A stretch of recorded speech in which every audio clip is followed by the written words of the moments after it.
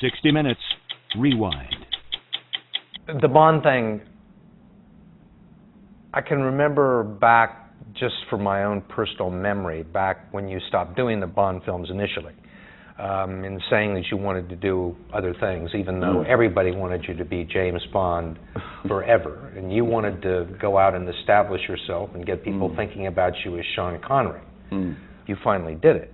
I mean, I don't think that people, when they look at you now, or they think when they hear your name, they don't automatically think of James Bond, they think of Sean Connery. Yeah, well, there's Do you still feel a like lot that's of happened? It's like beauty, you know, in the eye of the beholder. I mean, the people see it this way. There's really only so much you can do in terms of trying to change their view of something. And a lot of people still say, hello, Mr. Bond, and, you know, like as though one has never heard it before. And because they're still making them, it'll always be there. But I did it basically for myself.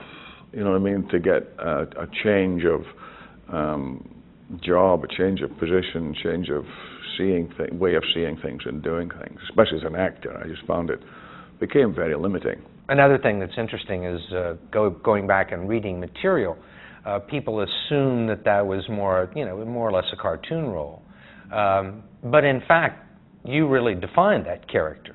Yeah. The Bond in the movie is not exactly the same as the Bond in the book. No. Was it you that came up with the nuances, or did you do it with the director? No, it's. I think that Terence Young had more to do with than anybody. We had the same sense of humor, and so we wrote the jokes and the business end. I mean, some of the stuff obviously was Fleming. I mean, there's no question, but we shared a lot of the humor. Most of the one-liners and stuff I put in the movie.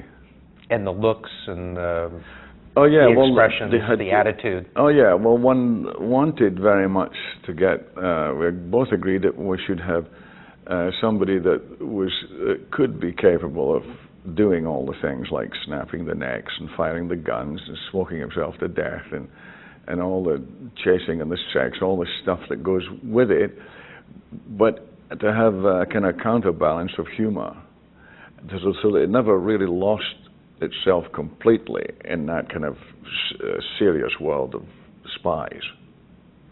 But it had to believe that the guy could be dangerous, and so we played that.